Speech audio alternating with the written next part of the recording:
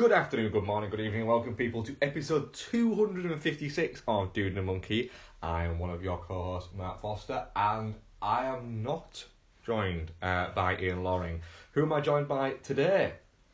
Becky Foster, surname, so I'm not like Prince or Madonna. You've given a surname this time, yeah cool. Yeah. I'm not joined by Ian.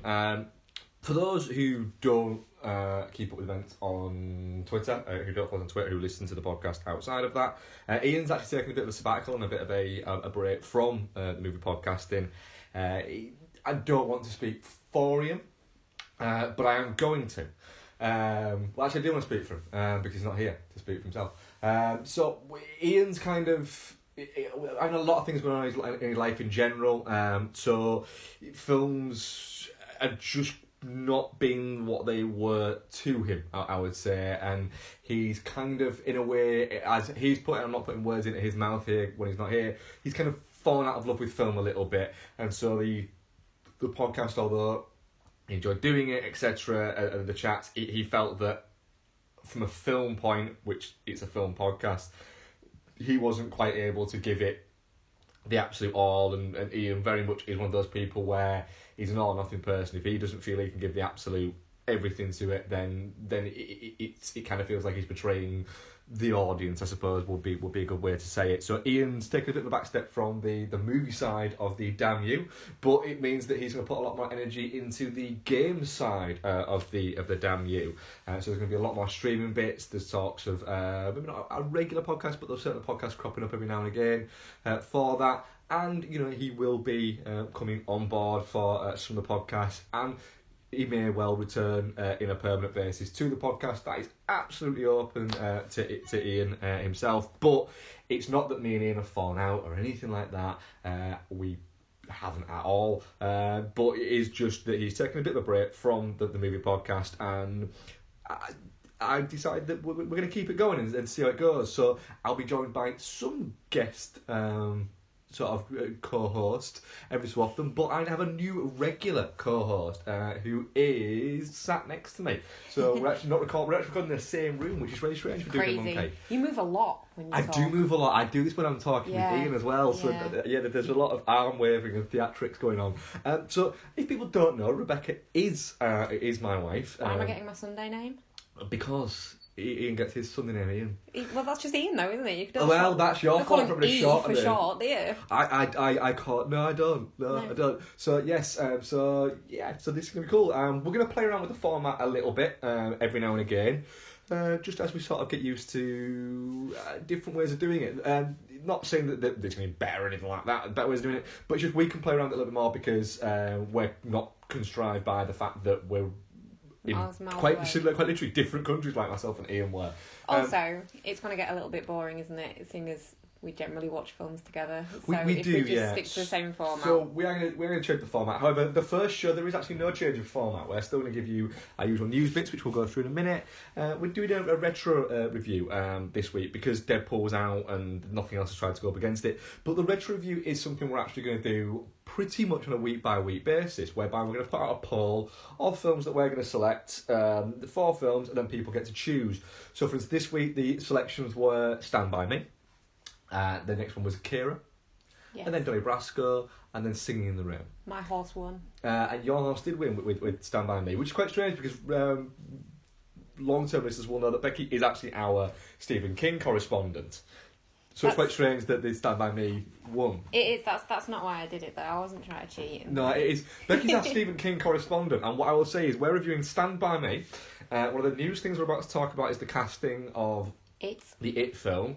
Our recording device is sat on top of a Stephen King book, and just behind Rebecca is another Stephen King book, which is the new book, The Outsider, which is released today. It's so beautiful. I can't wait to start it. So yes, that noise you might be able to hear was Becky stroking the book. Everyone strokes books, man. Everyone strokes books. Everyone strokes 2 books. Yes. So that's going to be it. So we're going to talk Stand By Me, we're going to use trailers and what we've been watching. It's not always the same. We do actually watch different things as well, so it isn't always going to be us two just talking about exactly the same films. And I think we have a couple of Twitter questions in there as well.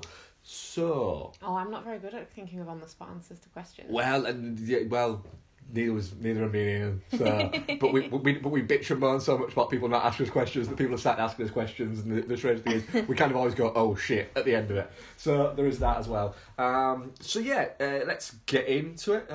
Movie news this week.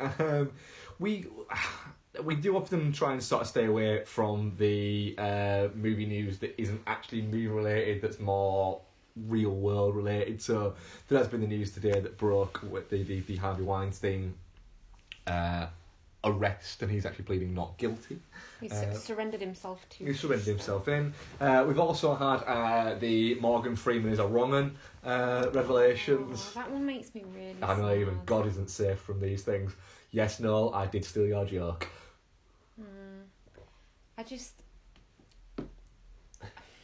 I suppose when it's like people that you expect it from, it's a little bit like, oh, you could kind of tell. But wasn't this Morgan Freeman that allegedly had a relationship with his granddaughter? I don't think it was his granddaughter. It technically was his granddaughter. By marriage, but it technically was his granddaughter. That's a bit gross. It is a little bit creepy. But, you know, in movie news that is actually related to movies, the It casting is developing quite a lot more. I think, is it pretty much all of them are cast now? Yeah, I think it kind of is now. I mean, obviously, when the first one came out, there was all the fantasy casting going around, wasn't there? Yeah. We'll have Chris Pratt for Ben Hanscom, and we'll have Jessica Chastain for Beverly, and that seems to be the only one really that's kind of panned out. But, you know, it's James McAvoy as Bill I don't know, he just seems a bit young. I don't know, in comparison to like the other ones, but I think it's maybe because he's just been around for so long, you just assume he's still Mr. Tumnus, don't you? So, no. yeah, you do. So, I don't know, it's a funny casting, and there's people in there that I'm not hugely familiar with, but obviously they had to go with Jessica Chastain for Beverly. Jessica Chastain made perfect sense for Beverly. You know, with the fact that it was, you know, Michelle is worked with Jessica Chastain on Mama, so they've got a pre-existing working relationship. Yeah. Jessica Chastain, I think, has worked with James McAvoy a couple of times as well, I believe. Is she? Was it the killing or the life and death of Emma Rigby? Rigby, something. What was it called again? Oh, I'm just trying to look. Hang on a second. So there's that. I think Bill Hader's a good choice. Yeah, into not that bad casting. actually. And for James Richie. Branson's a good actor. You know, I think that in terms of when you're taking it, maybe if you're taking it from the book, it might be different. But if you're taking the character from the first film and then transporting him 30 years down the line, that there's a pretty good likeness, and you could see that kid turning into that kid. And you know, the actor has the acting chops, I think, to kind of pull off that kind of. He wasn't quite as geeky and as wet. No. As I think I don't know it works like the book, but to the TV movie of the early 90s. Well, he's the thing is you end up comparing it because the TV miniseries was such a ubiquitous thing. You end up comparing it to that, and really what we should be comparing it to is the book. Yes. And Richie isn't hugely nerdy. He's just got a. He's like a wise-cracking, bit of a dick kind of guy, and he ends up as like a shock rock kind of DJ. No, I mean that's Bill Hader. Oh, we were talking about James Branson's character. Oh, sorry. I thought you were talking I just about. don't fucking listen to it here. I was trying to find this bloody thing for you. It's the disappearance of Eleanor Rigby. Killing of. No. Virginity losing of. All these different things. Could be anything. They made 2 films, don't they? There's 2 films. Three. Him, her, yes, and them. there's him, her, and them. It's his. What is that and everything like that? Yeah, still not watched them. However, it is an interesting thing, but it's 6 hours. Who's got 6 hours? Who's got 6 hours? Who's got 6 hours? Just crazy. Just cray. So yeah, sorry. So James Ransome's one of the ones that I'm not. Oh, Eddie. Yeah, Eddie is supposed to be like a massive hypochondriac. And Yeah, I think you can pull it all off. that kind of thing. I'm down with that shiznit. Yeah. Yeah, because I didn't think I'd seen him in anything, but he's the policeman, isn't he, in Sinister? Yes, he is. Yes. Policeman.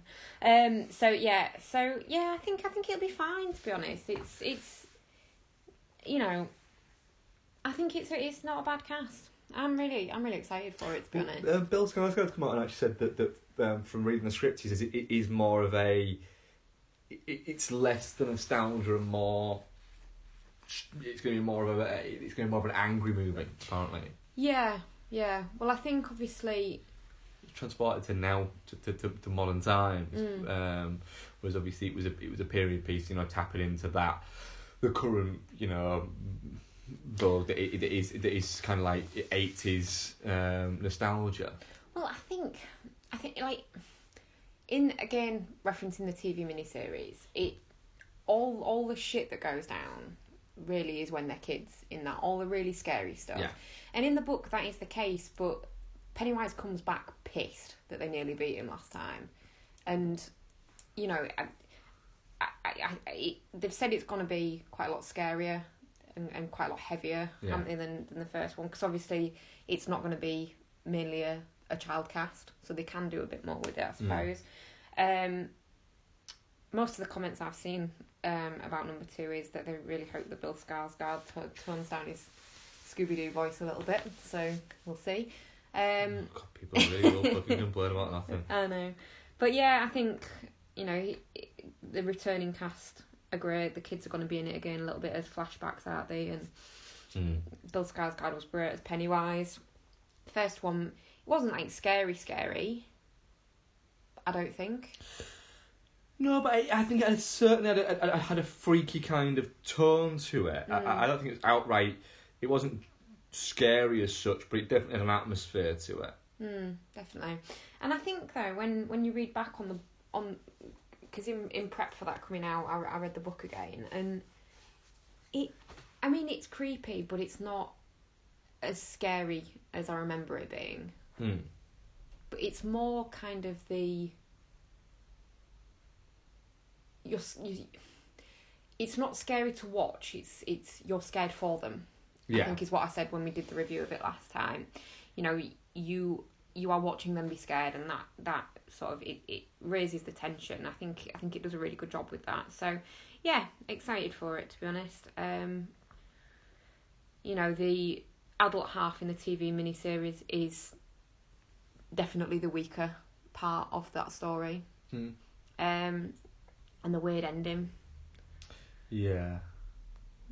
So yeah, they've got a chance to do a good job of it. Yeah. And I think they will. Good. Cool. Trailers. What trailers have you been watching? I can't even remember the ones we just watched. We literally just watched them as well, yes. So we watched Sicario 2. We watched this Sicario 2 trailer. Sicario was... I thought Sicario was fantastic. I thought it was one of the best proper outright kind of crime thrillers we've had in the past sort of few years. And it's been a good few years for crime thrillers. But it was a Dennis Villeneuve movie from a Taylor Sheridan script. Taylor Sheridan has since had Hella High Water, which he didn't direct, but then he had obviously last year Wind River, which he wrote and directed.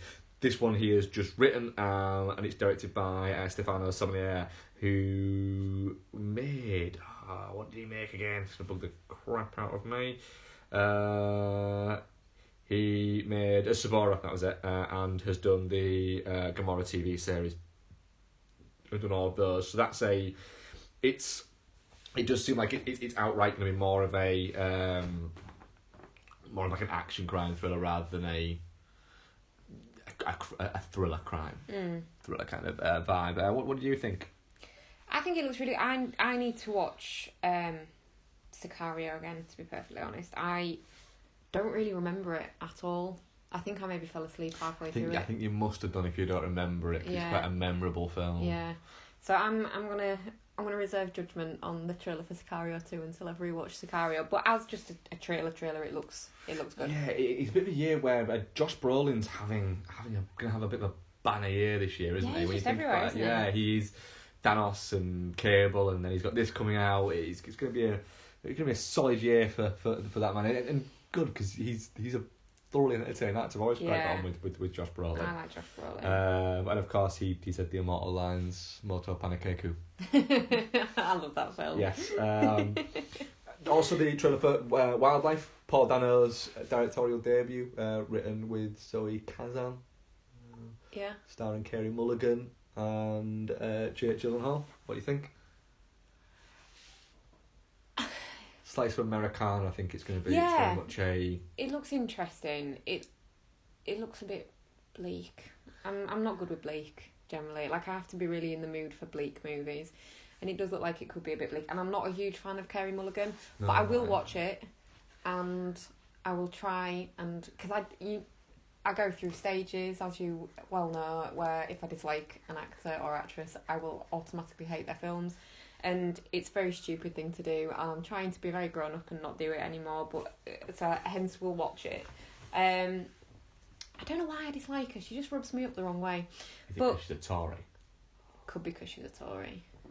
Is she a Tory? She seems like a Tory. She's married to one of the what is it, isn't she? The Mumford sons. Oh, she's married to a Mumford, isn't she? She's married to the Mumford, I think. The main Mumford. I don't think they're his kids. You are? I don't think they're his kids. They're all like, I think one of them's older than him. It's a bit fucking weird.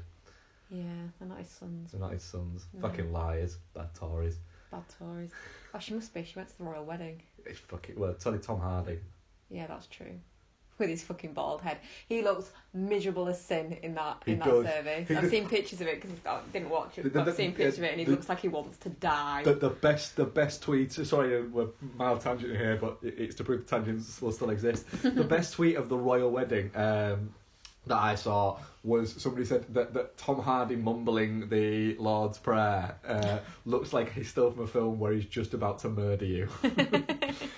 So yeah, there's that. I think it looks fantastic. I think Paul Dano's one of those. It does. Actors, See, that's what I was going to say. Sorry, I got sidetracked. I will watch it for two reasons. I like Paul Dano a lot, and will watch it because it's his directorial debut.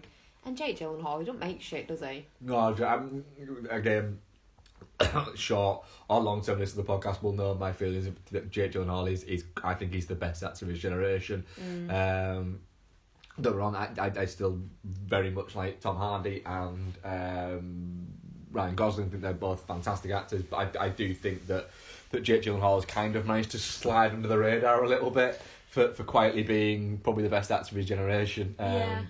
And I think he quite likes that kind of sliding under the radar a little bit. He doesn't really do the whole celebrity bit, does he? He kind of gets quite snipey at it. He can be a bit of a prick, but quite a charismatic prick. A bit like Tom Hardy can just be a bit of a prick, and Gosling can just be quite charismatic. So you've got that. He's a funny one, is Ryan Gosling. He always looks like he'd have a conversation with someone and then make fun of him after they'd walked away. He looks like he'd be a bit of a twat. He looks... He's a bit smug looking, isn't he? He does look like he thinks he's in on the joke and nobody else is. That's it. But, Yeah, but that's everything is the joke. Yes. So yeah, right. What else have we got? But yeah, sorry, my things. I think it's fantastic. I think Paul Dano's. He's always seemed like one that will go on to do directorial work and will do it quite well. I know that I read anything about him that I think he's been doing like he actually went to the New York Film School. All right. And studied directing at the New York Film School, despite the fact that he quite easily probably could have just learnt it on the job. Yeah, but he's still gone out there, and when you think about it, I think I'm sure it's somewhere that he actually ended up working with, because he made Being Flynn with Robert De Niro, and of course they both live in New York, and I think they're quite friendly with each other, and I think that De Niro got him in with Scorsese, so he did some sort of shadowing work with Scorsese on Silence, I think. Right. To kind of get that, and obviously worked with Paul Thomas Anderson. He's worked with some very talented directors, so you did think some of that will kind of seep into that there. You'd hope some of that will seep into there. It looks like a very good trailer. It's got very good sort of word. Next one, a remake of Papillon. A strange one, that one. It's kind of like...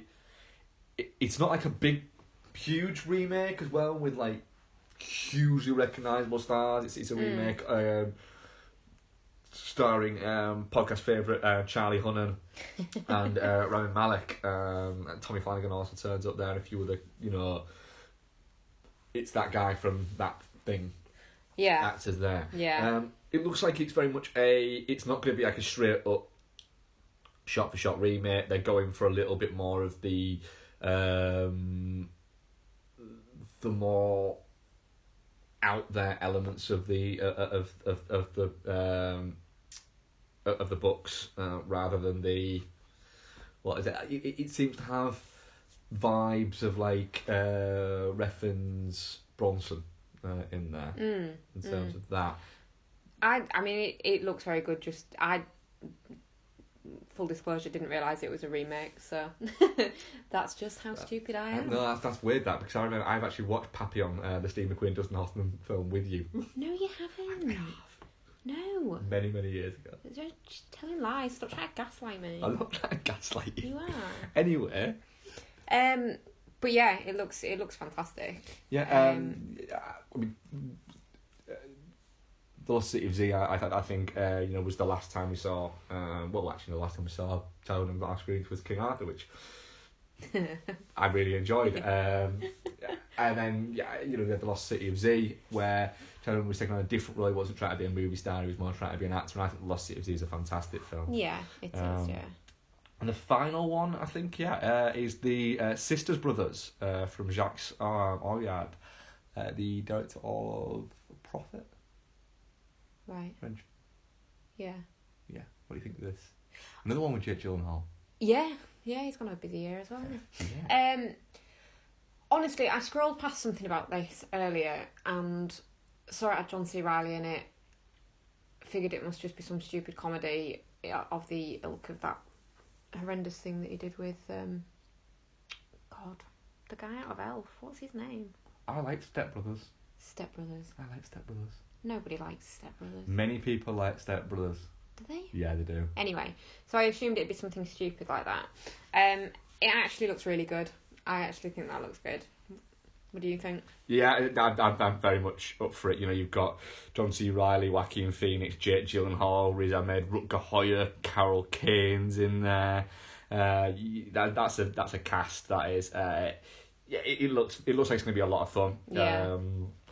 So I'm very much up for that without question. Comedy, but not. It doesn't look stupid. It's like a dark comedy. I think it's going to be, isn't it? Yeah. So there's that to take in from it. I think that was everything from trailers, wasn't it?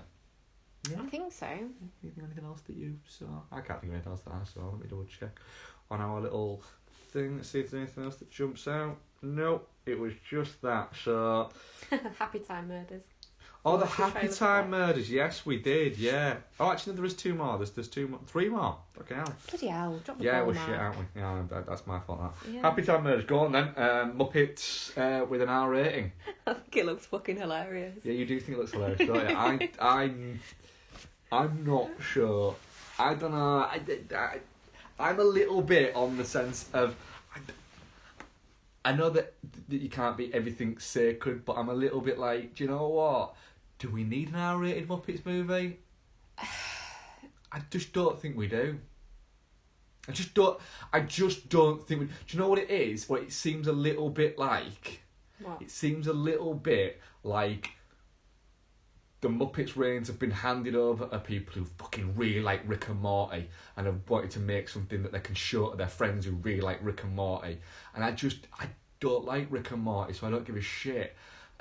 What is wrong with just having a little bit of, innuendo within Muppets? I don't see why we need one that's just jizzing all over his office. Yeah, I didn't. That bit that was too much. Yeah.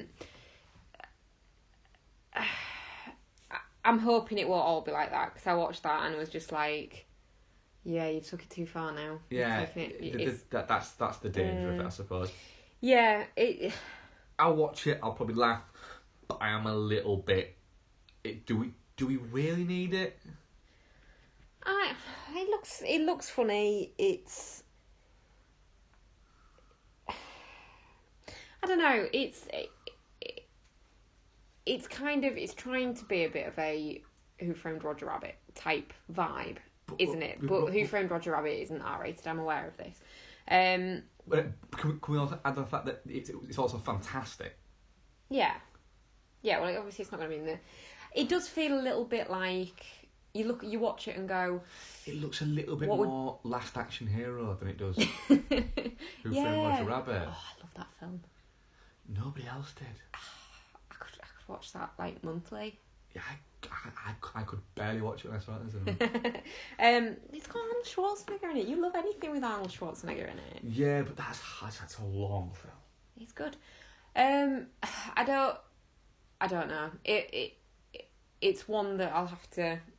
The trailer's funny, with the exception of that final scene. The previous bits and bats that have been sort of come out about it, it sounds like it could be good. It just depends whether they show a bit of restraint. That's my worry. Next one is City of Lies. Yeah. The Forest Whitaker, Johnny Depp one about the Biggie Smalls murder. Oh yeah, of course. Yeah, sorry, you said the name and I was like, what was that?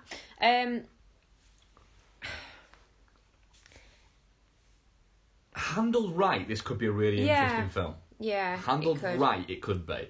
Now, I think the addition of Forest Whitaker into the cast makes me think he's a very careful man when it comes to what he selects he's going to do, you know. And I don't think he'd pump for something like this unless he'd done his research, done his background work, and looked at it and went, "Yeah, we've got a film rather than the idea of a film." I've got no issue with the film. I think the film itself looks great.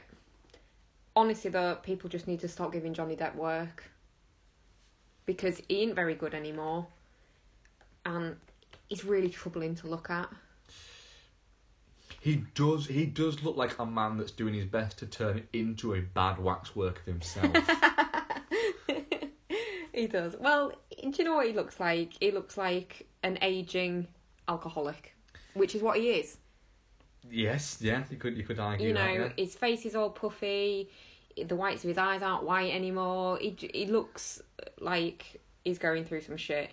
I don't need to see it. Jeez, though, the cast: Johnny Depp, Forest Whitaker, Rotman Dunbar, Xander Berkeley, Shea Wiggum. Who else have we got in there? Dayton Callie's in there. Michael Parra's in there.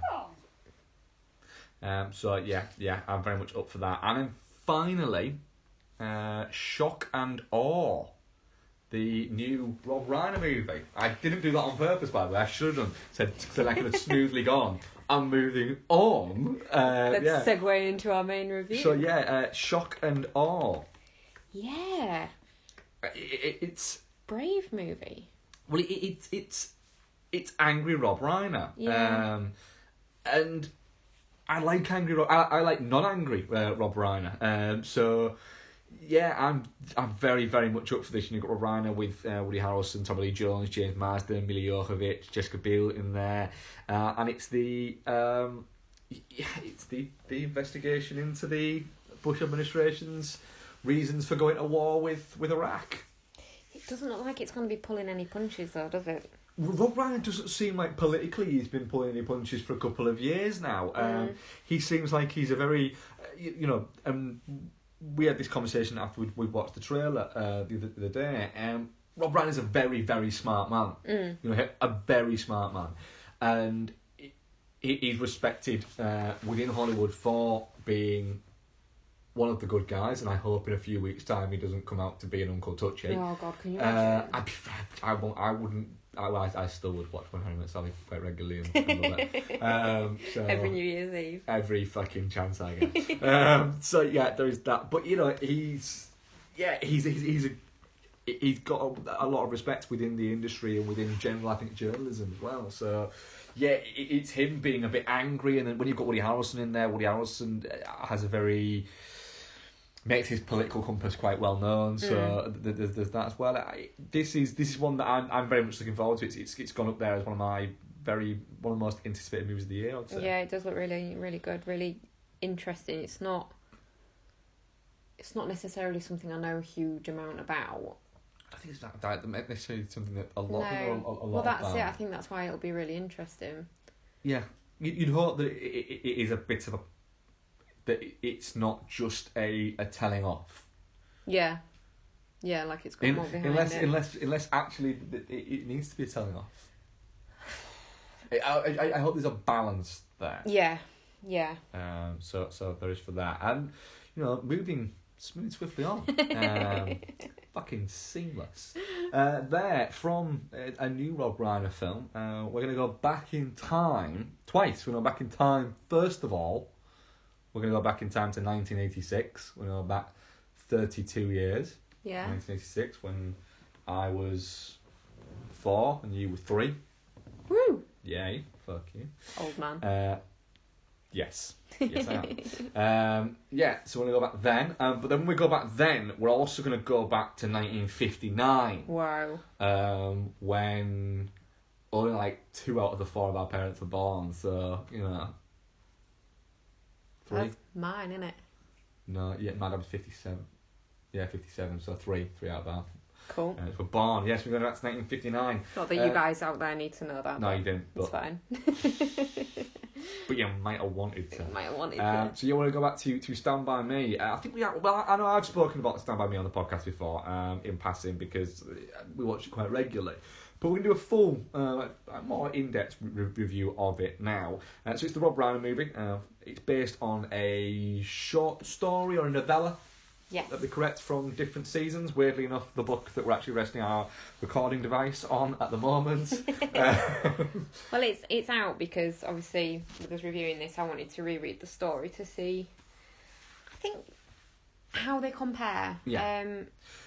It's not a story I've read recently. Yeah. And it's a bit of a funny one, really. Well, it's the story, for anyone who doesn't know, which I assume most of you will, but I'm going to say it anyway. It's a story of 4 friends, played by Will Wheaton, River Phoenix, Corey Feldman, and Jerry O'Connell, who aged 12 in a fictional town called Castle Rock. Is it a fictional town? Yeah. Yes, it is. The fictional town, isn't it? There are a lot of Stephen King's stories are based around that. Yeah. It's in Castle Rock in 1959, and they hear about the possible location of a dead body, and the idea is that they're going to go and have a trek to go and find this dead body. And it's this big adventure, and of course along the way they find out things about themselves. This is one of your favourite. Deep, man. Well, yeah, it's one of your favourite movies, isn't it? Yeah, absolutely. You described it, and I've previously described it as like it's been a nice warm hug of a movie. It is a hug of a movie. So before we get into the actual movie, why is it one of your favourite movies? I think obviously part of it is like the standard stuff. When I watched it, I was still quite young, so there's that nostalgic element. But just the whole tone of it is, I don't know, they feel like real life fleshed out people. They feel like they could be people you would know, that you would have been friends with, or like you were that kid. It just really is. It makes me feel every time I watch it like I felt like revisiting Friends. Yeah, and like I felt the first time I watched it, and it never loses any of its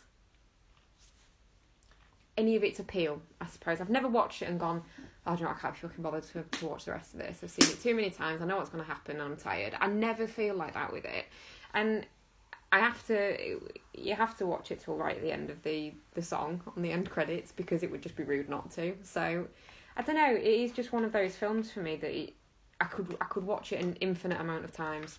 I think never get bored. I think part of it's the kind of. I absolutely agree that in terms of when you watched it, I think people from around sort of our generation, and you're talking we often sort of reference this on the podcast, is you're talking a pre. So you're talking like the pre, sort of. There's no Netflix or anything like that. You know, if you wanted to sort of watch a movie, you had to actually go and actually rent it or anything like that. And so it's. I often speak about the idea of there were certain films that when they were on TV, you spoke about them. It was like, oh, did you watch Stand By Me? And there were playground chatter movies. Yeah. And Stand By Me was very much kind of one of them. So I think there's that element of taking it back to that. There's the element of they because they used young actors that were around the age they were supposed to be. Yeah. There is that element and that's why I think taking them back and putting them into a setting that is not of its time as well. It transports them Yeah. back there. Yeah. So you are looking at them as very much these people. They're not. None of them are really recognisable nowadays. You know who they are, but they're not. They do look significantly different as they go. Oh, which of course you will do. So that there is also that to take into account, and I think that you've got to. I also think it helps that it's a movie that gets its story told and gets the fuck out. Yeah. Really. I think you watch it, and when you've watched it like a ton of times, you kind of there is a sort of maybe a tendency not to take the performances for granted, but maybe to just, because you've seen them so many times, you stop being impressed by how good they are. All 4 central performances in that are absolutely flawless. Yeah. And they're all likeable, believable kids, but they're this is something that I've said in conversation a billion times before. Up until very recently, the Stephen King adaptations from novels were maybe not as fantastic. I think and then you've got different seasons which gave us Stand By Me from The Body and The Shawshank Redemption. And I think that slightly less fleshed out story that you get from a novella, from a short story, it gives whoever's directing the room to do something with it and to flesh it out. As when you read a book, you imagine the people, you imagine what they look like, you imagine what their mannerisms are. You create the movie in your head. And if it's all set out on the page, you're a bit more constrained. Whereas, Rob Reiner's done a really good job with this, of sticking really well to the tone of the story, but putting his own warmth into it. I think what kind of surprised me when I was rereading the story, it doesn't feel the same at all. Like it's a very, very good adaptation in that it's quite accurate to what's in the book, but the kids in it, you don't like them as much as the ones in the film. They're not the same. They've not got the same. They don't feel 3D. Right. Whereas the one in the film, they have their flaws, they have their weaknesses, they're real people, and I think that's why it always gets me, this film, because you're there with them. Yeah. So yeah, still up there. It's just reinforced its position as one of my favourite films, so that's good. Because the film, it deals with kind of, I think, the a lot of standardised coming of age tropes. However, it's different than something like it's different to some of the John Hughes movies, which happen over a few weeks or a few months. Yeah. But it also has similarities to something like The Breakfast Club, which I think was out in '85, I believe. In the sense that it's you're not having a break from these people. So literally, with the exception of you have a mild break at the start, but you're spending the entire journey with these people, and it's over a couple of days. Yeah. But they're not going off and doing anything that you're not seeing, with the exception of when they first arranged and they all go off to pack their bags and then come back. Yeah, it feels like you're watching it in real time. Yeah. There's that element to it. So you're not. The emotions that they're having to go through and all these things they're having to go through have to be quite quick emotions, so you have to create backstories quite quickly. And you have to put the idea of, well, this is because of this, and this is because of this, and this is because of this. And it does that quite well without being clumsy, without over egging the exposition there. And it does it, I think, by quite simply stating very basically and using clever narration. It's not a clunky, like for instance the original Blade Runner narration, which was basically telling you what happened. It has quite simple narration where because essentially you're being told the story. Yeah. You know, the narrator isn't there narrating the story. The narrator is telling you the story.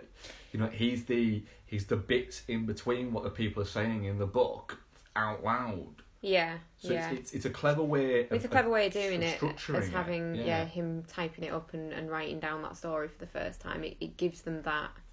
Gives them the freedom, the flexibility to kind of tell you things. But it also gives them it as a tool to use, and he uses it really well. Well, that's it, and you get it from, for instance, Gordy, that he's going through something where he feels, as it says, like he feels like he's invisible because he lost his brother and his parents haven't quite gotten over that. Poor kid's going through some shit. Yeah, and then River Phoenix, you've got the fact that he's trapped within the confines of his station, essentially. You can tell he's clearly quite smart and clearly quite capable. He's living down to other people's expectations. Exactly, yeah. And then Corey Feldman is quite simply has got some latent mental problems passed down from his parents. His dad, and there's that, and then you've got essentially the straight kid. Gerald Byrne is just your standardised kid. 50s, late 50s kid. He's gonna stay in the town. He's gonna marry the girl out of college. He's gonna work a blue collar job, and he's probably gonna be quite happy doing it throughout his entire life. And he's quite happy with that. If you were to offer him that at 55, at 12 years old, and say at 55 you're gonna have had 3 kids and a wife, and you're gonna have done this job, he'd be like, "Oh, that's cool. Cool. I'm all right with that. I've done all right." Yeah. Elby Combs do I on. Gotta love Fern. Yeah, so there's that, and you're going on this kind of journey with them throughout all this, and then in the background you've got the elder brothers and etc. who are going through a much advanced kind of version of it, where it's everything's blustering about them trying to impress each other, but it does very much focus on the kids essentially all the way through it, which I think is quite nice. The adults hardly in the movie. What is there? There's his parents, Gordy's parents are in it briefly. Very briefly, yeah. You've got the clerk at Queen Charlo's. That way they get the hamburger? Yeah. Yeah. And the diner lady with the cherry bombs. Very briefly, yeah. And then you've got the... What is it? The junkyard proprietor. Yeah. And that's it. So, in a movie... In a movie where it's brilliant about kids, there's actually really only 4 actual adult speaking parts. Yeah. You can't count Ace and Eyeballs and people like that. You can't count them as adults because then they're not. No. They're not quite adults. They're on the cusp of being adult. Yeah. So it is a movie, but you don't notice that. I think when you're watching it, you what you do is, when you're younger, you're going on a journey with these kids. Yeah. And when you're older, you're watching these kids go on a journey. Yeah. There's also... That's taken into account. I do think, though, it transports you back to that feeling of being, 12. Yeah, absolutely. I completely agree with that. I think there's definitely that. I think that's its strength. But I do think that under 90-minute runtime really helps it. Yeah, definitely. Yeah, it gets its job done and gets out, doesn't it? Well, that's it. It doesn't feel the need to kind of to try and flesh things out too much. No. You're dealing with kids and simply complex emotions. Yeah. Everything's super important, but the things that are important, they're not used to having something important be important. Like finding Ray Browers. Well, that's they're used to playing cards in the treehouse being really important and stuff like that, and then it's when the gravity of what they actually have got that to do, yeah.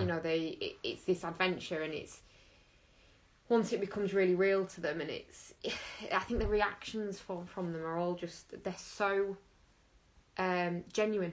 They feel genuine. It's a really, really great film, and for me, easily the best Stephen King adaptation. Of all of them? Yeah. Is your favourite all the Stephen King adaptations? I would say so, yeah. Huh. I could probably agree on that one, actually. Yeah, I think it's a suppose the obvious ones that people would always put forward are The Shining and Shawshank Redemption. I think would be the main two that people would put forward. The Shining's a great film. It's not a great adaptation. You see, I've never got on with The Shining as a film, so... You don't like Shelley Duvall in it, do you? I'm not a big fan of Shelley Duvall, no. She is properly annoying in it, though. Like, you would try and chop her up with an axe. And I think that in a lot of this revisionism that we're going through in terms of can you look at things in a certain way because of the way people were treated while things were being made, it's kind of a little bit like, well, I'm angry about this, and it's like, oh, what about Kubrick? Oh, I like Kubrick's, he made 2001, so I'm not as angry about him. It's like, you can't be angry about that guy and not that guy because you like that guy. That's not how it works. No. You can't pick and choose your bastards. They're either bastards or they're not. Yeah.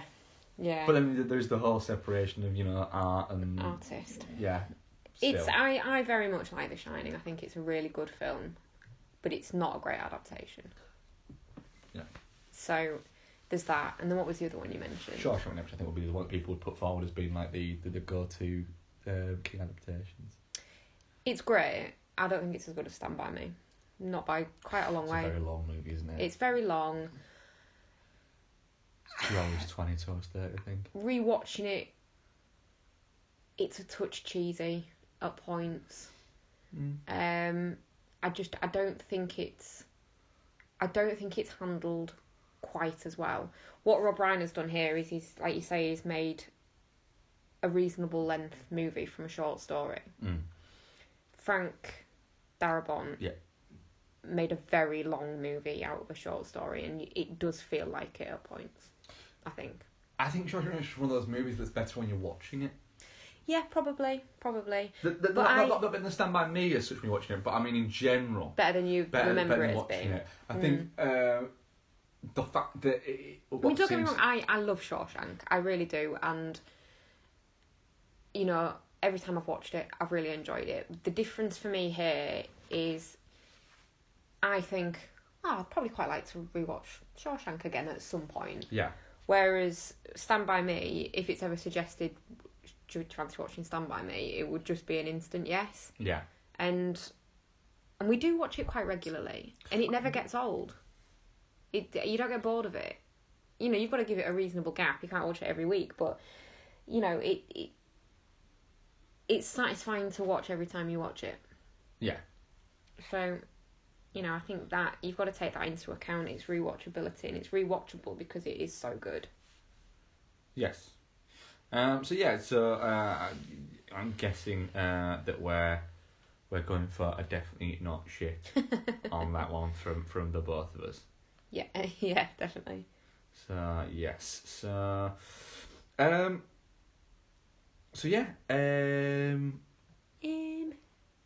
you been watching this past couple of weeks? We'll go with you first. Go with me first. Yeah. Okay.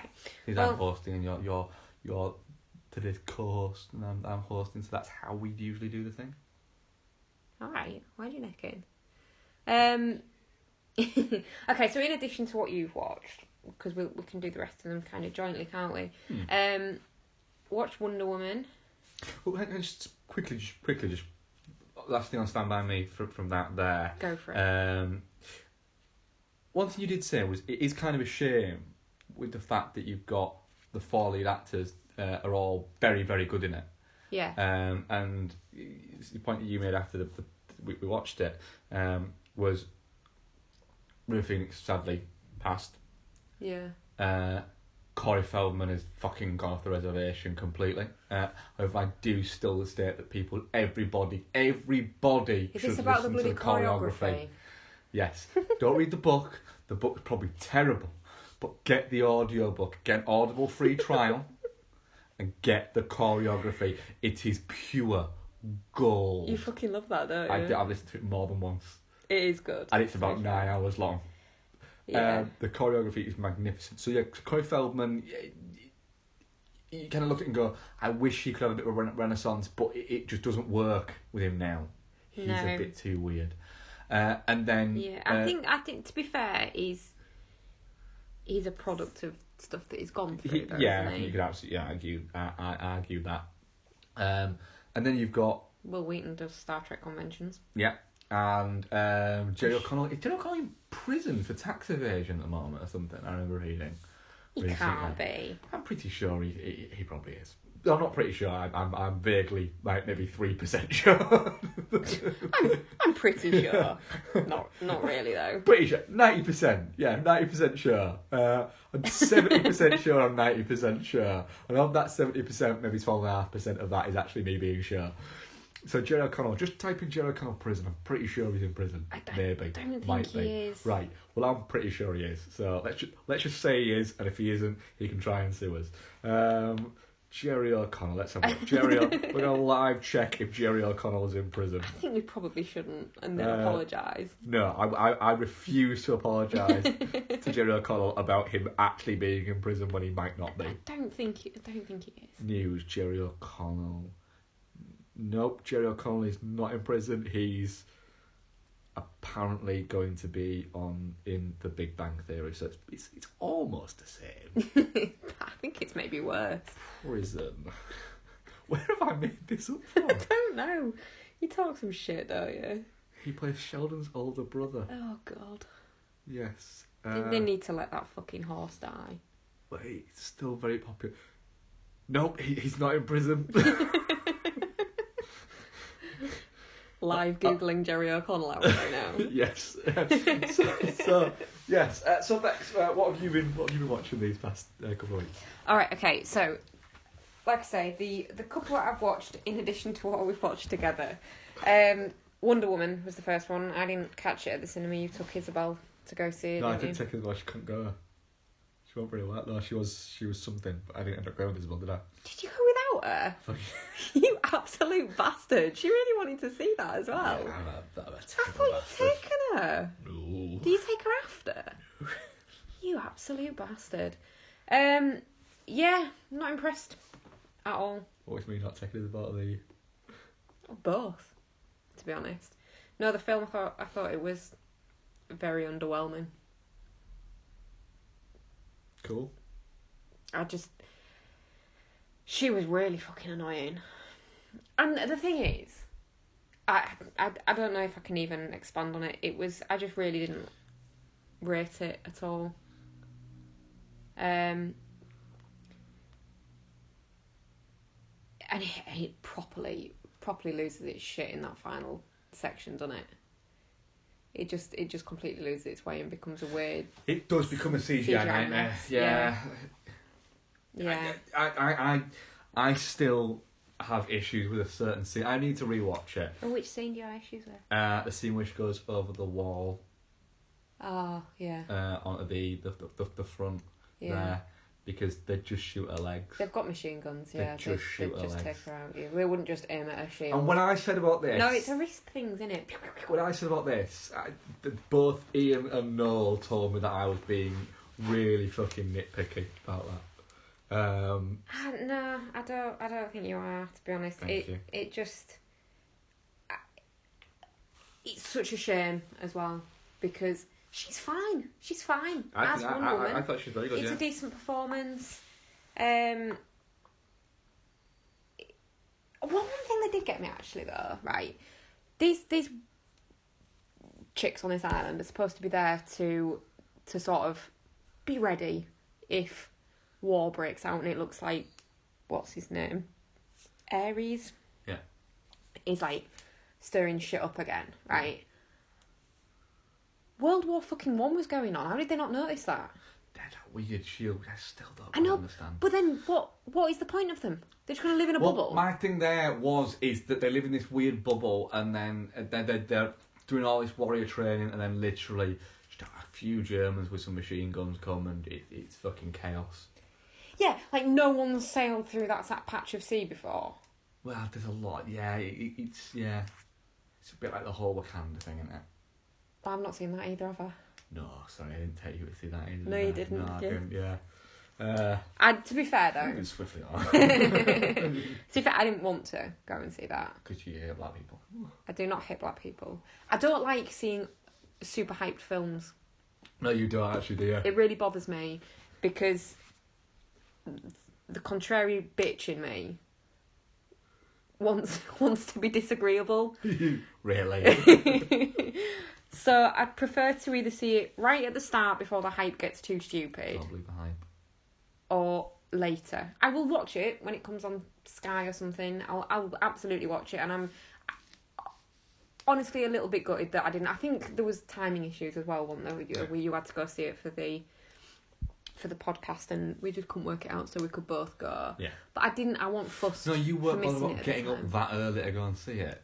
You do get up really fucking early though. It's just unnecessary on a Sunday. But this one, I'm really glad that I didn't pay the tenner to go and see it at View. I would have been angry. Yeah, it really. I'm angry with it for being crap because it should have been better. Cool. What else have you been watching? So my other one that I watched separately was I rewatched Ghost in the Shell. I really enjoyed it in the cinema. Obviously, there was a lot of controversy about it at the time, and I wanted to rewatch it really just to see, because we watched the anime, didn't we? Just before we went to see the live action at the cinema. Yes. Just to have like a point of comparison, I suppose, and it's almost slavishly faithful to the anime, isn't it? Yes, it is. Yeah. And I wanted to see if the reason I liked it when I saw it at the cinema, when everyone else seemed to hate it, was maybe a little bit of overlap. So I was giving it credit it didn't deserve for the anime that we'd just watched. Yeah. And honestly, it's a great film. It's a really good film. It got... Scarlett Johansson's Weird Walk is still a little off-putting. It got lost in the whole... It did. maelstrom of... whitewashing. Of whitewashing, yeah. But the thing is, it addresses that. I mean, I'm not trying to minimise it. If people feel offended by it, then fine. But it does address it. I just think a lot of the time nowadays people are trying to be offended by people. Yeah. But yeah, on rewatch it holds up really well. It's a great film. It's really entertaining. It's well acted for the majority, apart from when she's walking, because she's a tough cop lady, so she has to walk like a tough cop lady. That's the only bit that I don't like. That's the only bit that I don't like, and I think that's being a bit nitpicky. So I would say that yes, her stern walk is a little bit of the nit to the picking. They handled it really clumsily, and it is such a shame because it is a good film, and like you say, it's just got lost in the controversy, and it's a shame because it's got a lot to offer. I think it's really well made. It looks stunning. Yeah, it's a beautiful looking movie. Yeah, certainly. Is. That crazy robot geisha, she's really good. Like that bit. That was one that goes like fucking round and upside down and shit. Its face opens, doesn't it? Face opens. It fucks shit up, doesn't it? Yeah, what's the one with the... That's a conversation for a different time. There is one with like a robot geisha type thing where its legs go. Is it Robo Geisha? That's an amazing film. Might be. Yeah, and that weird kind of time in the late noughties where you had like Robo Geisha and Machine Gun Girl. Yeah. There was a lot of these, usually American finance, but Japanese, Korean, made weird movies. We've got a lot of them in boxes in the loft. I think we should dig them out. Yeah. We should do a retrospective. Yes, and a retrospective that nobody wants. Everyone wants it. Yeah. But yeah, it's great. What's his name's great as Batu. Very accurate again to the anime, I think. Yeah, it's got what's his face in it as well, hasn't it? Michael Pitt. Michael Pitt. Love Michael Pitt. Yeah. Always looks a little bit like he's gonna cry though. He does a little bit, doesn't he? Yeah. He always looks like someone's just told him his favourite auntie's dead. Yeah. But I don't think I've ever seen a bad Michael Pitt film. There's a few of them. Is there? Yeah. I've not seen them. You will have them. I don't think I have. You probably have. I'm making up stories. Yeah, you probably just fell asleep in them. Because he's in that What's It as well, isn't he? That one... What? Shit. That one that we watch quite often. Isn't he in that one with Sandra Bullock and... He is in Murder by Numbers, I love that. I love that. We need to rewatch that soon. We haven't watched that in a while. Yeah. As good as that. And obviously Funny Games. Yeah. He's amazing in that. Yes. Anything else then? No, not separate to what you've watched. Cool. Obviously, you've done a couple that I've not watched, haven't you? Yeah. They're shit, but you have watched them. I have. I decided to, because this is the first podcast that Ian will be listening to. Hi, Ian. Of Dude and the Monkey. I decided to watch a couple of movies and to review a couple of movies just for Ian. How does he like them? No, hates one of them. Won't watch the other one. Outright refuses to watch it. So what you're saying is you did it to be a dick? Little bit, yeah. So, So unlike you. No. So I rewatched Grown Ups. I have never seen this movie. The Adam Sandler movie. That's why I've never seen it. That also stars Kevin James. Oh, God. Chris Rock. David Spade. Rob Schneider is also in there. And they play friends. Lenny, Eric, Kurt, Marcus and Rob. Who play for a high school basketball team. And then in the future grow up to be in Adam Sandler's case, he is a Hollywood big shot agent. Kevin James is a fat man who falls down. Chris Rock is a house husband. David Spade is David Spade. It would appear. I like David Spade. No one likes David I know. Spade, sweetheart. Nobody seems to. It's got Maria Bello in it, though. And Rob Schneider is Rob Schneider. And, it's a film that leads us to believe these things. One, that Adam Sandler could pull a woman like Salma Hayek. Yeah, she wouldn't touch him with a 10-foot bar. Which is very unbelievable. What I would say is probably more unbelievable is that Kevin James could be bumping uglies with Maria Bello. Can't beat a bit of Bello. You can't beat a bit of Bella. It's also got Maya Rudolph in there. Jimmy Chung's in there very briefly, and then of course you've got the usual ones that Adam Sandler drags along with him. Some people like Steve Buscemi and Tim Meadows and people like that. It's their college coach of their college basketball team dies, and they go to his funeral, and then they have to sprinkle the ashes. And Adam Sandler's character, who's very wealthy and very successful, rents a cabin for them to stay in, and they end up sort of refinding each other's friendship and bonding over the fact that they've got kids who all they do is play games, and they're a little bit like computer games, etc. And they want to get outdoors and things like that. And hilarity ensues with things like Kevin James, Fat Man falling down. You've undersold David Spade's role, by the way, because the Wikipedia page says he's a slacker and Lothario. Yeah, why is the world trying to convince us that David Spade is a Lothario? Yeah, because he's in that TV show with that man who died. Oh, that's got Third Rock from the Sun Girl in it. Kaylee Cuoco. Was she in Third Rock from the Sun? I didn't mean Third Rock. I meant the other one that we were talking about. Fuller House? No. I don't know. 8 Simple Rules for Dating My Teenage Daughter. Oh, was David Spade in that? Yeah. Cool. Yeah, well, this is... Yeah, so essentially you've got... Yeah, there's... It's a really bad movie. It sounds bad. It is bad. But what I won't deny is that it is something that you can quite easily put on and just kind of go, well, yeah, that's on. That's kind of on in the background. And I'm fine with that. I watched half of it in the car waiting for you, picking you up from work. And no, I think I watched all of it in the car waiting to pick you up from work. I got to pick you up from work really fucking early. So yeah, I watched it all doing that. I then decided to round it all off by watching Grown Ups 2, which Ian refuses to watch. So what's that one about? Wow, well, Grown Ups 2. Well, it's the same cast. Excellent. Yeah. Adam Sandler's character has decided he's going to move back to his hometown because he's made all his money and he wants the kids to grow up in a small town rather than in Hollywood.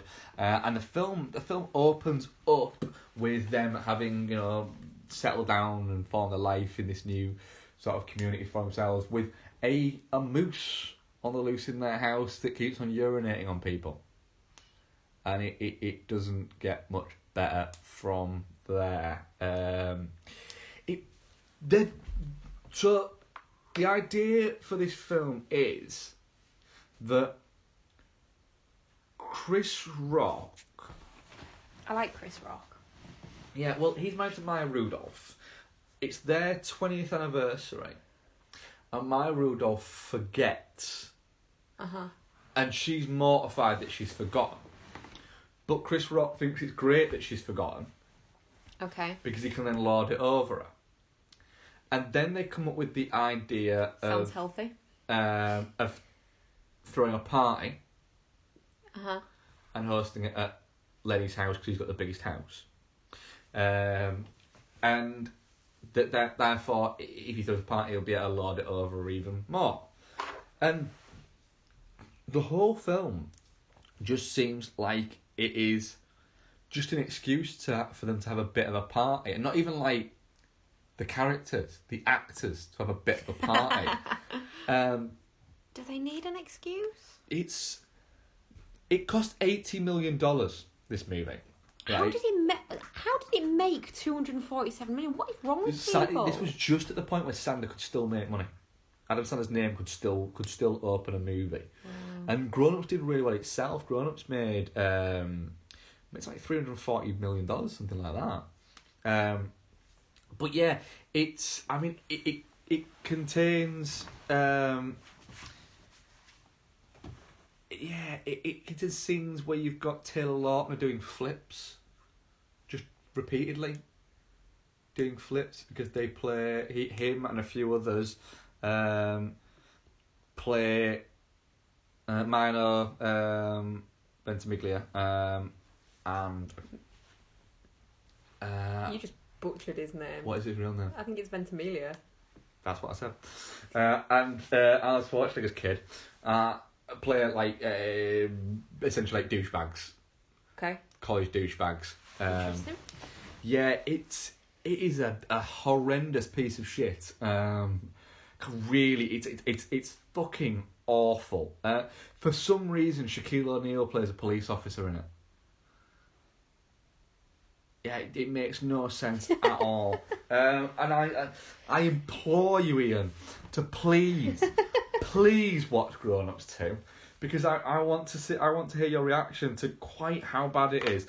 I'm actually contemplating doing a commentary for Grown Ups 2. You'll be doing that on your own. And insisting that Ian has to get it. As a form of punishment. But yeah, it's a horrible piece of shit. And I've watched it twice now, so clearly I'm a fucking idiot. You are weird. Yeah. Haven't you watched like 27 Dresses 4 times? No, I've watched 27 Dresses once, actually. Yes, I watched 27 I don't Dresses. think that's true. It is true, I've watched Bride Wars twice, 3 times. That's it. What is wrong with you? Bride Wars is fine. Bride Wars is fine. It is. It's got that miserable bitch in it though, hasn't it? Hathaway? Yeah. Yes, it does have Hathaway in it. Yes. Right, so we've also watched a couple of where we've watched them together, haven't we, as well? We have. So we'll start with Logan Lucky, which Okay. you hadn't seen. No. But I had. Yes, you had. Right, yes. So Logan Lucky, Steven Soderbergh film. Those who don't know the actual plot story, it is the Logan brothers come up with an idea to rob the Charlotte Motor Speedway, and it's Soderbergh doing his heist movie, but instead of it being, you know, high-end criminals, it's white trash criminals. Yeah. Yeah. But, you know, good-hearted white trash criminals, not MAGA hat-wearing dickheads. Yeah. Logan Lucky, what do you think? I really liked it, actually. I didn't think I would. I wasn't super impressed with the trailer. I really like the trailer. And yeah, I didn't think I would. But it was really, really good. And cleverer than I expected it to be. At points. Funnier than I expected it to be. Daniel Craig. He's having a blast, isn't he? And his weird blonde hair freaked me out a little bit. It just looks wrong. But yeah, great. Seth MacFarlane wasn't annoying in it, which I expected him to be. They all seemed like they were having fun, to be perfectly honest with you. I mean, some of them they always do, but you know, like Daniel Craig getting to do a film like that when he's been Bond for such a long time and he's clearly not enjoying that whatsoever. But he's coming back for another one. He is, but he's only coming back because it's Danny Boyle, isn't he? I think he's only coming back because it's Danny Boyle, and it's an awful lot of money. Yeah. So, him getting to do something fun. Katie Holmes, Hilary Swank generally tend to be in more serious stuff. Their roles are more serious within it. Yeah. But they're still... Riley Keough's fantastic in them. I like Riley Keough. I don't think you can not, really.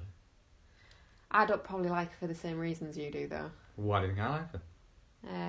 Because she spends a lot of it in a very short skirt with cowboy boots on. Didn't notice that. No. I have to rewatch it now. I have to rewatch it. Rewatch it for the. What was it? A short skirt? Did you say? Believe so. Didn't notice that. No. Nope. Catherine Watson needs to sort out her weird mushroom hair. I'm not digging that hair. You're not a big fan of that. You keep expecting Mario to jump on her head, don't you? Fly away. It's not a good hairstyle on her. For such a pretty girl as well, and it just ruins all of that. She can walk though, can't she? She walks a lot in that movie. Yeah. And she's not in it very often. She's good though. She's very, very good. It's just her hair concerns me. But yeah, I really, really enjoyed it. I thought it was like you say, it was a different take on a heist movie. It was a fun take on it. So yeah, really enjoyed it. What did you think on rewatch? I enjoyed it on rewatch. I do feel it loses its way. Oh, sorry, just to interrupt for a second because I completely forgot. I have had fucking Take Me Home Country Road stuck in my head ever since we watched it as well. Yeah, the John Denver song. It is an absolute earworm song. I think it's 2 hours long, which is about the limit for this type of movie that you can last. Mm. You know, could it be a little bit shorter? Maybe. Could it be a bit longer? No. It's a bit baggy in the middle, I think. Yeah. And the problem I have there is it's too baggy in the middle, but then not enough weight at the end. Yeah. Literally, they do the heist, and then it's Hilary Swank appears, and then the film ends 5 minutes later. Mm. And it's a bit like, I get the feeling that they in the writing they had all the movie there, and they had the ending, but they just didn't have that to get to it, and Soderbergh has used his Soderberginess. Is that a real word? Yes, it is. Yeah. Solid descriptor there. Well done. Thank you. He's used his Soderbergianus to kind of cover a few kind of cracks in the screenplay. Yeah, I was a little bit disappointed with that actually, because one of the great things about these types of movies is that bit where you get that flashback reveal at the end, and it's like, oh, he did that. Whereas with this, it rushed through it, and comes you kind really of quickly, doesn't it? Yeah, and then you kind of left thinking, wait, what? Yeah, it's Yeah. almost like the writer thought it was that clever that they just couldn't wait to get to it. Yeah. Oh, it's not even that it got to it really quickly. It rushed through it as well. Yeah, it did seem to have an awful lot of foreplay, and then once it whacked it in there, it just blew its load everywhere. Yeah. Yeah. Oh, you've ruined it for me now. Why? Yeah, really. No, I really enjoyed it. It had its issues, I think, yeah. But I think I was just more shocked at how much better it was than I expected it to be. Yeah. So, was that. Channing Tatum's a funny one, though, isn't he? In what sense? I like Channing Tatum a lot. But he can make himself really, really odd looking when he wants to. For a guy that's as good looking as he is when he wants to be. She does wear quite short skirts and quite short shorts and quite a lot, doesn't she? Yeah. Are you Google imaging Riley Keough? Yep. I'm sat right here. You're so rude. Anyway, I'm talking about how attractive Channing Tatum Yeah, you are. can be, so. You're talking about. But yeah, and then sometimes it's like he goes. Yeah, very short shorts. I had to get in really good shape for Magic Mike, and sometimes I do have to do that. So, in between times, I'm just going to eat all the burgers, and then his face becomes almost like a beach ball. I don't think he eats burgers. You not think? I think he's a burritos. A burrito guy. Milkshakes. I think he's a burrito and shake kind of guy. Yeah. Dipping his fries in his shake. I could see him doing that. He's a fry dipper without question, and I reckon he loves a double muffin for breakfast. A double muffin? Double muffin, yeah. Is that just two muffins? That's just two muffins, right, okay. Yeah. It's two muffins. I thought it was like some magical thing you were going to... No, it's two muffins. Okay. Yeah. So, yeah, it's a funny one. He's good at what he does, though.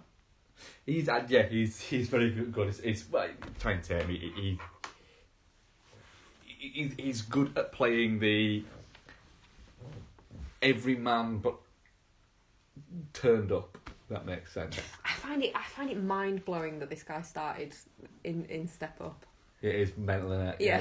He very much has shaken that off quite quickly. I like Step Up. It's a good movie. I'm fine with Step Up. Yeah. Right, and the other one, the final one that we watched this week, was a rewatch of Blade Runner 2049, which you actually joined us on the actual podcast for, didn't you? I did. Because Blade Runner is your favourite movie, isn't it? Yes, it is. We're actually sat in front of a Blade Runner poster right now, aren't we? It's a very beautiful Blade Runner. It's a very beautiful Blade Runner poster, isn't it? Yeah. We might have to get a Blade Runner 2049 poster to go with it. We don't have any posters of movies from the past 5 years, and I don't know if Blade Runner 2049 is the movie we want to add to that. Right, you're wrong. Probably, yeah, I usually am. So. But we are, and this one is slightly fun. This little tangent I'm going to go on now is we're actually thinking about redecorating the room we're sat in now, aren't we? Not completely, but mildly. And currently we have a blue chimney breast with a very big Japanese poster for My Neighbor Totoro, don't we? Yes, I don't know where you're going with and this is the point. And we also have in our room, just to paint a little bit of a picture for you. You're setting the scene. I'm setting the scene, yeah. It's like a what is it? A pale bluey grey. No, it's pale grey. Pale grey, and then we've got blue, and we've got bluey grey sofas, and we've got orange and yellow cushions, right? And we're thinking about turning the blue of the chimney breast into yellow, aren't we? Yes. And going blue with the sofas with yellow cushions, and adding that yellow into it. But the other posters we've got in here are a Dark Knight poster, which is a very blue hue to it. A Blade Runner poster, which again has got quite a lot of blue in it, doesn't it? Yes. A Halloween poster, which has no fucking blue, but it's got the orange in there. We've got orange cushions. And then we've got a First Blood poster, which sits well on the grey, doesn't it? Yeah. Right? Now, I'm having a conversation with Noel about this, our comic book correspondent. What about our internal decor in our house? No, right now, whilst listening to this, is nodding and going, I know where he's going with this. Because me and Noel had a long conversation about this. Noel decorated his dining area in a yellow and wanted to put a film poster in there, but it had to be something that had yellow in it. And it had to be something that he would be allowed to have, that Claire would let him have. And he was finding it really, really difficult. We're about to go yellow. Yeah. So we're going to need to get some kind of poster that has a bit of yellow in it to kind of pull that out. There's yellow in... None of them. None of them. The Totoro girl's shirt is yellow. Oh, that's There's tenuous. yellow in that Blade There's Runner not yellow 1. in the Blade Runner 1. That's yellow. That's pale, Yellow. son. It's yellow. And the tenuous. Halloween guy's eyes are yellow. Nah. Plenty of yellow. No, there isn't. So yeah. So there we go. We have the yellow conundrum that Noel had. So, I still don't know why you're raising this. Is this so that people can send in suggestions? Why not? I'm raising it because I want Noel to know that I am now feeling his pain. You're so random. The Blade Runner 2049 poster's got yellow in it. It doesn't have yellow in it. It does there. That's not yellow, that's orange. It's really pale orange. That's still fucking orange. Shush. Anyway, Blade Runner 2049. Yes. Rewatch. It's just really fucking good, isn't it? Yeah. So yeah, Blade Runner. Well, yeah, it is. So, were you more impressed or less impressed with it on rewatch? What was your? I wanted to do a home rewatch since it came out because, as you quite rightly stated, Blade Runner is my favourite film. Yeah. And have watched it many times at home. 2049, it felt different because it was in the cinema. I mean, that dodgy speaker, didn't we? Oh, that bloody speaker. Yeah. Anyway, and I wanted to see if it felt like Blade Runner feels when you watch it at home.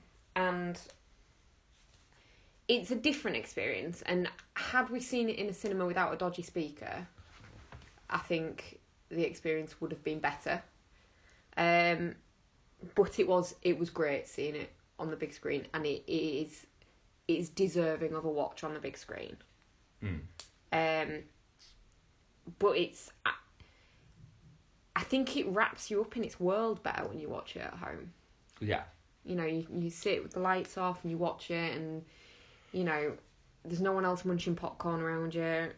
I have a very love-hate relationship with the cinema, and badly behaved cinema audiences are absolutely a massive pet hate for me. So I think it takes you out of it, and you're very aware that you're sat in a big cold room with a bunch of other people, whereas it's different watching it at home, isn't it? And it absolutely lived up to what I was expecting and hoping it would be. You know, I didn't didn't have that sense of relief either, that anxiety throughout the film that shit, what if it's not as good as I want it to be, because I knew that it already knew that it was. So yeah, I think it gives you the freedom to kind of notice things that maybe you didn't, little quirks in the film that you maybe didn't pick up on at first and stuff like that. So Like, I can't think of any off the top of my head, so I'm kind of regretting raising that. But you know, just like little stylistic things that you go, like that's nice. that Jared Leto's character was blind. Mate, everyone noticed that. Everyone noticed that first time they saw it. Literally nobody in the world except you didn't know that he was blind. You're just a bit thick. Cheers. I still can't believe you didn't realise that. I don't think it's correctly explained. For such an intelligent guy, you really do drop a clanger sometimes, don't you? Cheers, bibs. But yeah, it's fantastic, and I think it could have just rehashed or extended on the first story. It could have been lazy, and it wasn't, and it's a good story. It has its flaws. Jared Leto is fine, but not fantastic. I don't think he was that. I just think he's actually on rewatch, because I had a problem with him on initial watch. I do actually think on rewatch, I think he's actually alright in it. Yeah. I don't think he's fantastic. He doesn't blow anything away, but I do think that the amount kind of criticism that he had of it were a little bit more criticisms of him rather than his performance in it. Well, didn't it come out quite No, Suicide Squad came out ages Post, before. but it was still there was still that, I think, That bad feeling. smell around the Yeah. fucking place. Yeah. Of him. I don't think he does anything wrong in it. I just don't think he's great in it. He doesn't. I don't think the character's a good character. No. To be honest, I think maybe. He's a lazily written baddie. That's the. Yeah, I can think you can argue that. You know, but it's not about the baddie in this, as such. Yes, they're chasing them. Yes, it adds the peril and stuff like that. But Love's a decent baddie. Oh, she's a bitch, isn't she? Yeah. Bloody woman. Yeah. So he's no Tyrell, but he doesn't need to be. Yeah.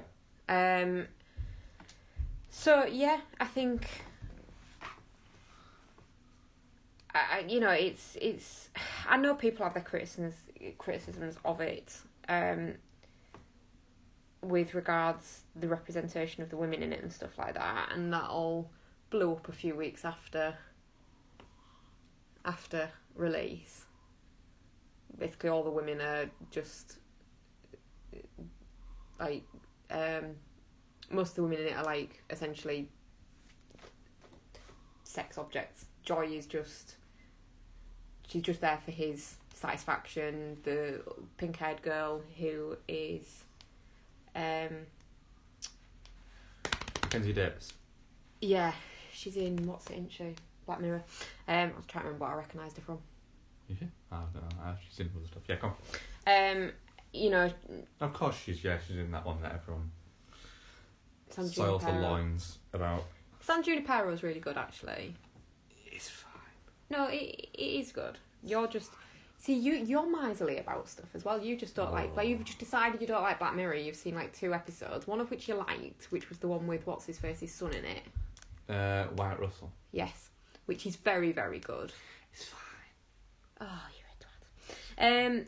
So, yeah, people got their panties in a bit of a bunch about that, didn't they? But, that it's not true. Love is... Badass. A badass. What's-her-face? Robin Wright is, she's a boss lady. Yeah. There's scientist lady. There's tons of women in it that aren't just sex workers. So yeah. Because I genuinely I specifically looked for it this time to see if I thought it was problematic. Yeah. Because it had been raised, and I just don't think it is. I think it's just people looking for stuff to whine about with that particular one. Oh, it's horrible when, oh my God, that bloody woman, that when she stamps on the thing that holds Joy. Yeah. That's awful. Yeah. It's just awful. It's an unpleasant bit. Yeah, you'd say, I mean, it won Deakins his first one overdue Oscar for best cinematography. It's a staggering looking movie. Beautiful, yeah. And also I think that the reason why I think it looks as stunning as it does is because Denis Villeneuve, they've used a lot of models. They've used a lot of techniques of filmmaking rather than animation masquerading as filmmaking. Not that CG is fantastically used and it is an incredibly complex thing to do and it is an art of itself. I think that the aesthetic of something like, for instance, you couldn't do model work and stuff like that on something like Infinity War. Yeah. Which is it's an expensive and it's a very nice looking movie. I wouldn't call it a good looking movie, but I wouldn't call it an ugly movie. Like I would specifically call, for instance, Age of Ultron's an ugly movie if you ask me. Yeah. It's not a very nice looking movie. It's not easy on the eye, is it? Whereas this is just a staggeringly beautiful movie. Yeah. But the thing is, because there was a lot of model work done in the original. Well, yeah, they used the same model work. And there's a reason why it feels like a natural successor to the first movie. It feels like the same world because it's created using the same materials. Yeah. So, and I think that was, again, obviously a lot of people were concerned that it wouldn't, that it had been too long, that it would feel too different, it would look too different, and etc. and it just really doesn't. You could watch them back to back quite happily. Yeah, but they it's about, you're not creating a world, you're you're enhancing a world. You're creating a future from a future. Yeah. And you've got to add that alternate timeline. You've got to add that decay. Yeah. And you've got to add that element of architecture that would have naturally progressed. You can't just fucking rewrite it. And No. go, well, I want it to look like this instead, and bang, I can do because it's set 30 years afterwards. It's like, well, yeah, but you look at the architecture of any actual place, because it's not another world. It's actual places. You look at the architecture somewhere in 30 years, it doesn't change that much. Well, that's it. That's things get added and etc. and stuff like that, and there's the appeal of that, but there's still buildings that look like they look. Yeah, and that's I think what the original does so well and then carries on. It's supposed to be a bit dystopian. Things aren't supposed to be great. Yeah. They're not going to be, if things aren't particularly great and there's not like tons of money rolling around and all that kind of stuff and people are poor and blah blah blah and everyone's living on top of each other, they're not going to be spending tons of money redesigning whole cities. It is going to look like an older version of what's there now. Well, the other thing you've got is you've got two movies there in Blade Runner and Blade Runner 2049 where space travel exists. Yeah. People live on other worlds. You've got two movies there totaling at 4.5, nearly 5 hours. But it's been a single second of it. In space? In space. No. Now, the closest it comes to it is when the mister comes to bring him his food to his window in his little flying machine. That's not... No. I'm just saying that's the closest that's to it. That's a drone, essentially. Yeah. I really enjoyed it on a rewatch. I think it's very much a movie that suffered from people being a bit minge-faced. It went. I think it suffered from its own hype. It went from being, this is amazing, this is going to win Oscars, this is one of the greatest movies ever made, to literally within like the space of people, it was like literally. It went from 140 characters, people loved it, and the minute we switched to 280 characters, people went, they fucking hated it. That's how long it took them to go into hating it. And our performances are very good. From I do think Leto's fine. I think David Bautista is very good. Gosling plays the. It suits him anyway. But also as well, he plays the emotion of not understanding emotions quite well. Yeah. As well, and he gets a fantastic death. I think maybe that's just him. Yeah. I don't think he does understand real emotion. Ford looks like he's turned up to something and gone, I actually give a shit about this. Yeah. Which is quite refreshing for him. Yeah, I think it would have ruined it for me, because Harrison Ford can be a bit of a cantankerous.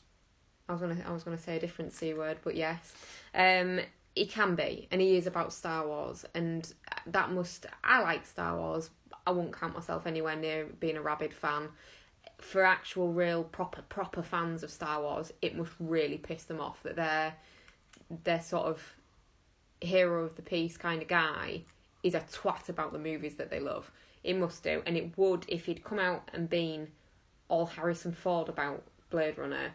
I think I'd just had to have fallen out with him forever and not ever watched any of his other films that weren't Blade Runner, because it's fantastic. And if he had been a twat about it, I think he'd have just been doing it to be difficult. But yeah, he turns up for this one, and oh my god, and that scene with the holograms is just mint. Yeah, it's fantastic scene. I did forget about that scene until it was actually happening. It's awesome. And I also think Adi Armas is very good as Joy. She is, yeah. She's for something that's supposed to be a hologram. She's a very well fleshed out character. She's brilliant in it. She's the humanity, oddly enough, to his stoicism. So yeah, she is. She's good, and she's just so incredibly pretty, isn't she? Didn't know. Oh, she is though. No. I'll let you admit to that one if you want. I don't know these things. Yeah.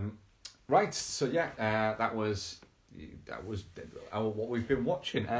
We do have a few Twitter questions. So thank you very much for asking people. I'll go through them now. Tom at Mr. Tom Ripley says, which podcaster would win in a blueberry pinting contest? It's Ian, isn't it? I don't know. He's all like healthy and shit now, though, isn't he? He does his marathons and stuff. I think he could still eat the fuck out of a blueberry pie. I think I could beat Ian. You reckon you could beat Ian? Yeah. Are you gonna go for that? Well, there we go. The next meet up. Next meet up. There you go. Blueberry pie eating contest. It wouldn't be me. I know in these situations. Mike, maybe Prince Ref versus Punter. Mike. I reckon Jordan with 2 beers in him. I reckon he could fucking demolish. But I know he doesn't podcast anymore. But you know, I'm still counting him. Jordan's a beast when he's Jordan's a beast when he's got 2 beers. 2 beer Jordan's is an animal.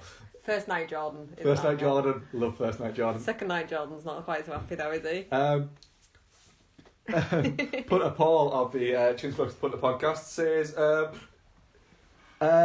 shag, marry, kill, question mark. No context. But I think it's to do with the Stand By Me. The boys? Boys. Maybe? I don't know. I wouldn't kill any of them. Oh. Well, one of them's already dead, so I've got to pick him. Oh, no, that's horrible. That's just... Well, he is! But you can't say things like that. But he is dead. You don't want him dead. I'm not saying I want him dead, but he is dead. But shag, marry, kill is about what you... Well, then we'll take him out of the equation then. Well, no, because... Jerry O'Connell. You'd have to kill him. He's too stupid. He's too stupid to live. Right, well, there you go. But no, but then you'd have to either shag or marry Corey Feldman. And not real Corey Feldman. Teddy with his burnt ears. No, I don't know. You've made it too difficult now. I think... Yeah. I'm just trying to think. Gordy's lovely, so probably marry Gordy. Yeah. Shag Chris because it's River Phoenix. He's dead. No, but he's not in the film. Well, we're not shagging 12-year-olds either, are we? But I'm not even sure if that's the question. And kill. Oh, I don't know though. Teddy's Teddy. You'd have to kill Teddy. Cool. What's yours? Same. No. Which member of the Stand By Me gang would you have been as a kid? I'd have been Gordy. Yeah, he would have been. I was the right fucking nerd. Yeah. Yeah. I would. I'd be doing the college courses. Yeah, you would be. Yeah. I would. In my brain, I would be Chris. You'd want to be reality, Chris, I'd probably be Teddy. Oh, you wouldn't be Teddy. You can be Chris. So there we go. Hang on. Do we get to be like Ace or? I'd probably go for Ace. Yeah. Because Ace. He's rocking that blonde hair as well. Looks good with blonde hair. And then our final question is from Ian, who says, assuming the co-host is who I think it is, which is yourself. He must have known. You must have told him. No.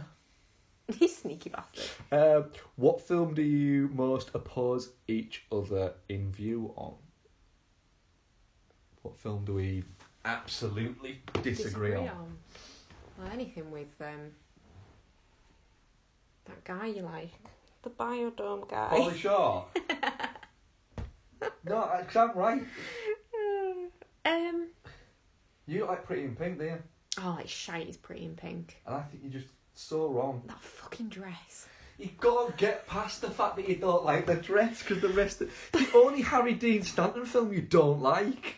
I love Harry Dean Stanton. Oh. So yeah, but Pretty in Pink is one that we... Because I love Pretty in Pink, and I often suggest watching it. We even have it on iTunes, and every time you just make a face. It's not all about the dress, but right, the title of the movie is Pretty in Pink. She does not look pretty in that weird sack dress she makes. See? Go, what else is there? Princess Bride. Yes, I don't get on with the Princess Bride. No. Too zany for me. Doom. To be fair, I rewatched that recently, and I don't think I can ever watch it again because it really freaks me out seeing Dwayne Johnson with hair. I really didn't like it. Yeah, it's a bit weird. It's just wrong. It's just wrong. Don't know what else do we disagree on. We mildly disagree on certain things quite often, don't we? Like what? There's often films where we don't quite see eye to eye on, but there's very rarely a film that we just outright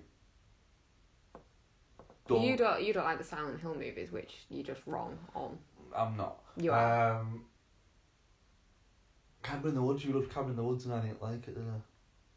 No, but then there are reasons behind that, aren't they? And that's that you are a little bit miserly when it comes to Joss Whedon. Yeah, because I knew he was a prick all along. Right, but you can't dislike it on principle, says the girl who spent years not watching anything with Tom Cruise in, or who else have I had little phases Matt Damon.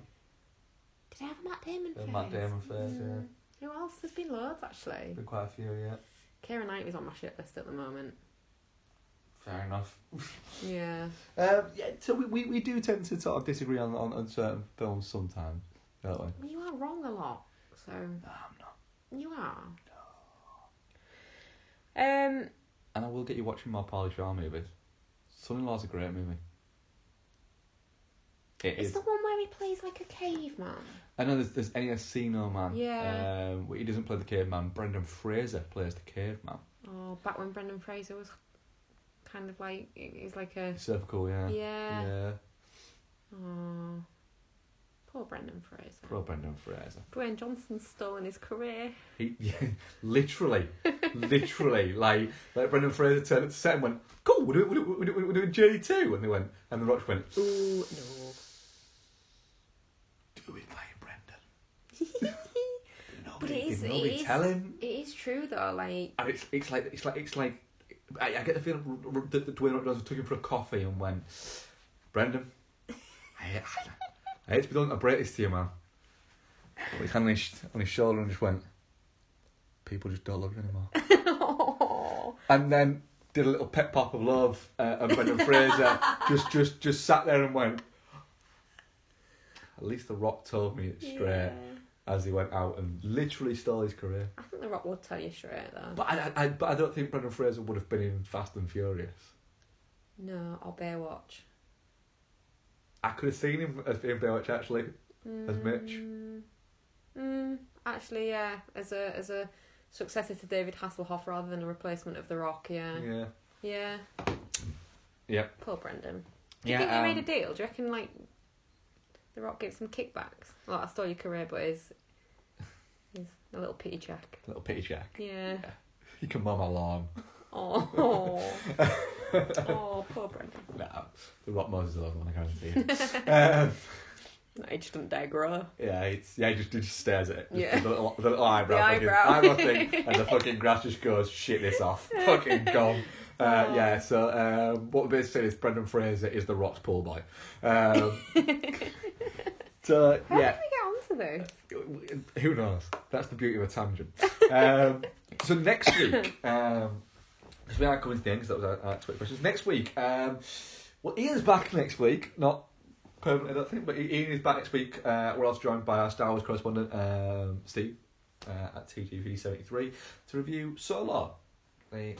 Does he know a lot about Star Wars? He knows a shitload about Star Wars. Do we have to do some research? No. Okay. Basically, all I do in these Star Wars episodes is just say, "Dave, this bit," and Steve very graciously and very calmly explains things to me in ways that I can understand, where I must sound like the worst kind of fucking noob in the world. So yeah, I'm looking forward to that. I'm actually looking forward to the Solo movie. I feel like people have been ready to dislike it straight away, in a similar way to what they were The Last Jedi, in the fact that they've asked for a Solo movie, asked for it, have got it, and then once they've got it, have gone, "Oh, we're not actually sure we wanted it now." And I'm feeling that's going to happen with the Boba Fett movie. I'd love that they're making a Boba Fett movie. It is the coolest character in the entirety of Star Wars. He's the coolest looking character. Yeah, right? But that doesn't mean you build an entire movie around But it. you can. It just... There is one reason that I'm looking forward to the movie. I'm interested to see it. A little concerned about the casting of Han Solo and whether it's actually going to feel. I don't mind him. I don't. From the trailers, he doesn't feel like a young Han Solo. He feels like a whole different character. It doesn't feel like a spiritual predecessor for the character in the later movies. Yeah. So, but we'll see. I'm open to it. I'm really hoping it's fine. The main reason that I am genuinely excited to see this movie is for Donald Glover as Lando. Well, he is. He is. I like hot seeing shit him. Right now, Isn't he? After his cool music video. Yeah. You don't get it, do you? I don't get it. You don't get it. I don't get it. No. I tried getting it. It's good. Is it? It's all symbolic and shit. Is it though? You've got to watch it properly. Is it though? Yeah. Or is it one of those things that people have been told things are happening No. and so they believe it? No. I think it might be. I don't think it is. Tried. I think you need to try again. I But might yeah, try again. so anyway, back onto But the film. wait. I like seeing Donald Can I Glover just point in out- stuff. I think he's a really good No. actor. No. Right.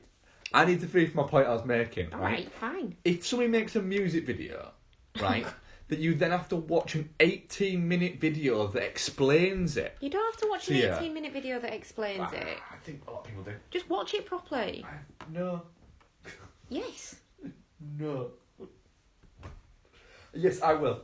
And next week I'll probably come back and go, I still don't get it.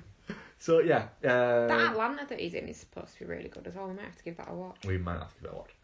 So we'll have that. So we're not going to do a retro review next week. We'll do one the week after. New review. Whilst we also discuss whatever film we're going to discuss then, which I still don't know. And now Ian's not here, I might actually have to look into planning for what movies are out, because usually I just go, Ian, what are we reviewing next week? And I think if I say, Becky, what are we reviewing next week, you'll just go, I don't fucking know.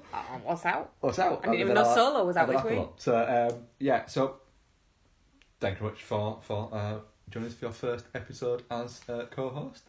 It's been fun. Good. I enjoyed it. So yes, thank you very much for listening.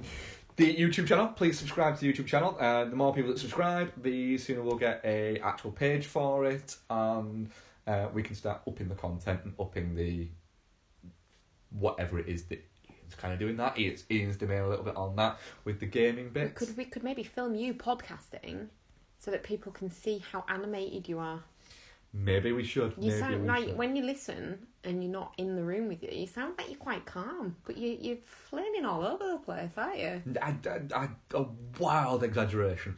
So subscribe to the YouTube channel, dothemonkey.com, @DudeandTheMonkey on Twitter, @BexyFoz on Twitter, @Ian Loring, @DudeFoz. Is there anything I'm missing? dothemonkey@gmail.com as well would be the address there. There's 2 commentaries over on our Bandcamp page. So yeah, coming up, I think during the week we've got Ian is, as we are finishing recording this, is doing a Drunken Detroit game playthrough. Oh my god! Anyone listening that hasn't watched Ian play Resident Evil 7 on YouTube, go and fucking watch it, because it is hilarious. Ian... You can almost see him just shitting his pants at the scary bits. It is so funny. Ian shits himself is very good. As I am told by people who have watched it A Way Out, myself and Ian playing through that is quite amusing. The fishing bit. My god, the fishing bit was so funny. And then next week, me and Ian are going to try and win the World Cup on FIFA as a co-op bit there. I might not watch that. We're going to try and win the World Cup. Yeah, I might not quite watch amusing. So yeah, so we have that on there. So a lot of content coming through from the Damn You. So thank you very much for listening, guys, and we shall speak to you next week.